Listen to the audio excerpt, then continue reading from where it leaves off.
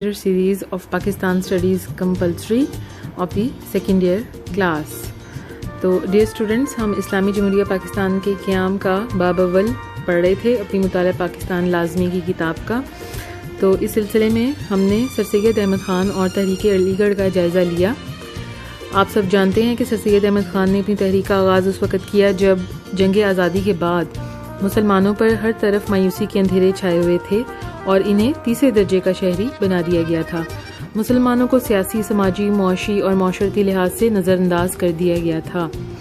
تو سر سید احمد خان ہی وہ رہنما ہیں جنہوں نے تحریک علی گڑھ کے ذریعے مسلمانوں کو اس کٹھن دور سے نکالا. سر رچرڈ سائمن نے اس امر کا اعتراف اپنی تصنیف میں کیا ہے کہ پاکستانی عوام سر سید کے بارے میں صحیح دعویٰ کرتے ہیں کہ وہ اس ملک کے خالقوں اور بانیوں میں سے ہیں. تو سر سید احمد خان کی تعلیمی خدمات پر ہم نے پچھلے لیکچر میں روشنی ڈالی تھی کہ انہوں نے بہت سارے اسکول، کالج اور سوسائٹیز جو ہیں وہ قائم کی، ایجوکیشنل کانفرنس قائم کی اور اس طرح کی کمیٹیز بنائیں کہ مسلمانوں کو تعلیمی زیور سے بہرہ مند کیا. آج ہم سر سید احمد خان کی ادبی خدمات کا جائزہ لیں گے کہ سر سید احمد خان جو ہے وہ نہ صرف بہت بڑے سیاستدان تھے بلکہ ایک بہت عمدہ ادیب اور انشا پرداز بھی تھے. آپ نے ادب کو قومی ترقی کا ذریعہ بناتے ہوئے مختلف موضوعات پر لکھا اور اپنی ان تحریروں سے انقلاب برپا کر دیا. خوش قسمتی سے انہیں اپنے دور میں بہت اچھے سے دانشور دوستوں کا ساتھ بھی مل گیا جنہوں نے ان ادبی خدمات میں ان کا ساتھ دیا. تو یہاں آپ کو سر سید احمد خان کی کچھ مشہور تصانیف نظر آئیں گی. ان کی سب سے مشہور تصنیف جو ہے وہ تہذیب الاخلاق ہے، سوشل ریفارمر، رسالہ تہذیب الاخلاق بھی اسے کہتے ہیں. اس کے علاوہ تصانیف احمدیہ جو ہے وہ ان کی بڑی اچھی کتاب ہے. سر سید نے 1869 کو انگلستان میں ولیم میور کی کتاب لائف آف محمد کے جواب میں یہ خوبصورت کتاب خطبات احمدیہ تحریر کی. اور جتنے بھی نیگیٹو کوسچنز کیے گئے تھے نبی پاک محمد مصطفیٰ صلی اللہ علیہ وسلم کی ذات پر، آپ نے اس کتاب میں حضور اقدس پر اٹھائے گئے ان تمام منفی سوالات کے لاجیکل آنسرز جو ہیں، لاجیکل اس کی ایکسپلینیشن پیش کی. اس کے علاوہ آپ کی ایک مشہور کتاب تبیین الکلام ہے، آپ نے بائبل پر ایک تفسیر لکھی اور اس تفسیر کا نام تھا تبیین الکلام. اس تفسیر لکھنے کا مقصد یہ تھا کہ اس دور میں مسلمان جو انگریزوں سے بہت دور ہو گئے تھے ان دونوں کو قریب لانا تھا، مسلمانوں میں انڈرسٹینڈنگ کرسچینٹی کی پیدا کرنا تھا. اس کے علاوہ تہذیب الاخلاق رسالہ کے بارے میں آپ کو بتاتی چلوں کہ 1870 میں انگلینڈ سے واپسی پر انہوں نے یہ رسالہ جاری کیا. اس کا مقصد یہ تھا کہ آپ مسلمانوں کی اخلاقی اور سماجی طور پہ اصلاح چاہتے تھے اور غیر مسلموں کے لیے جو تعصبات مسلمانوں کے دلوں میں پیدا ہو گئے تھے یہ انہیں ختم کرنا چاہتے تھے. اس کے علاوہ ایک بہت امپورٹنٹ تصنیف جو سر سید احمد خان کی ہے وہ رسالہ اسباب بغاوت ہند ہے، کیونکہ آپ سب جانتے ہیں کہ 1857 کی جنگ آزادی کے بعد جنگ آزادی کی تمام تر ذمہ داری مسلمانوں پہ ڈالی گئی تھی اور انگریز مسلمانوں کو ہر طرح سے جو ہے وہ وکٹمائز کرنا شروع ہو گئے تھے. تو اس رسالے میں سر سید احمد خان نے جنگ آزادی کے اصول اور حقائق بیان کیے، انگریزوں اور مسلمانوں کے درمیان اختلافات کو کم کرنے کی کوشش کی اور اس کی ذمہ داری یعنی کہ جنگ آزادی کی ذمہ داری مسلمانوں کے ساتھ ساتھ ہندوؤں اور انگریزوں پر بھی ڈالی. آثار السنادید جو کتاب ہے یہ معاشرتی اصلاح کی کتاب ہے. اس کے علاوہ بھی سر سید احمد خان نے بہت ساری کتابیں لکھی. آپ کو سلائیڈ میں مولانا شبلی نعمانی، مولانا نذیر احمد اور مولانا حالی کی بھی بہت ساری کتب نظر آ رہی ہیں. یہ سارے سر سید احمد خان کے قریبی ساتھی تھے اور ادبی طور پر مسلمانوں میں ریولوشن لانے کے لیے انہوں نے سر سید کے شانہ بشانہ کام کیا.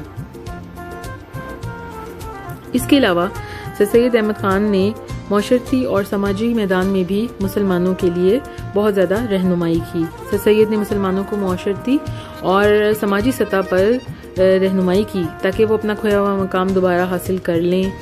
اس کے بعد 1857 کی جنگ آزادی کے بعد بے شمار معاشرتی اور سماجی خدمات سر انجام دیں، جیسا کہ ہم پہلے بات کر چکے ہیں کہ رسالہ اسباب بغاوت ہند لکھا انہوں نے.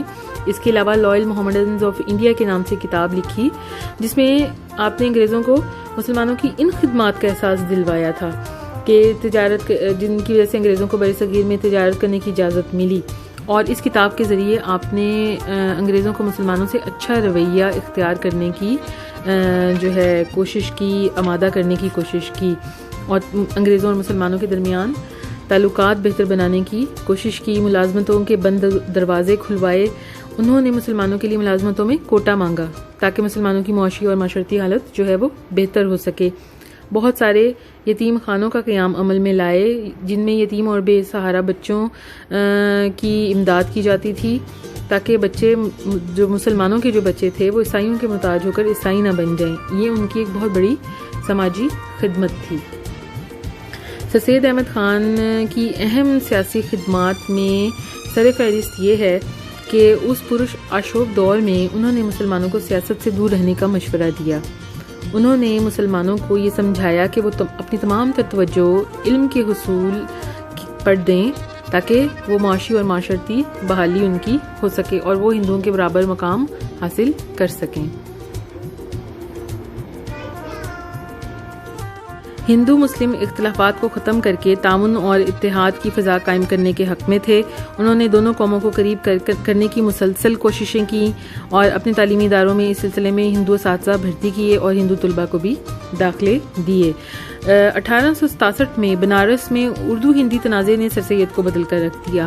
ہندوؤں نے ہندی کو سرکاری زبان کا درجہ دلوانے کی کوششیں شروع کر دی تھیں اور زبان کے اس تنازع نے سر سید کی سوچ اور عمل کو بدل دیا۔ یہ وہ وقت تھا کہ سر سید احمد خان نے دو قومی نظریے کی بنیاد رکھی اور برصغیر کے سیاسی اور دیگر مسائل کے حل کو تلاش کرنے کا فیصلہ کیا۔ مسلم انگریز تعلقات کو بہتری لانے کی بھرپور کوشش کی۔ سر سید کی سیاسی حکمت عملی کی بنیاد دو قومی نظریہ تھا۔ انہوں نے مسلمانوں کو ایک علیحدہ قوم ثابت کیا اور حضرت مجدد علی ثانی اور شاہ ولی اللہ کے افکار کو آگے بڑھایا۔ دو قومی نظریے کی اصلاح سب سے پہلے سر سید احمد خان نے ہی استعمال کی۔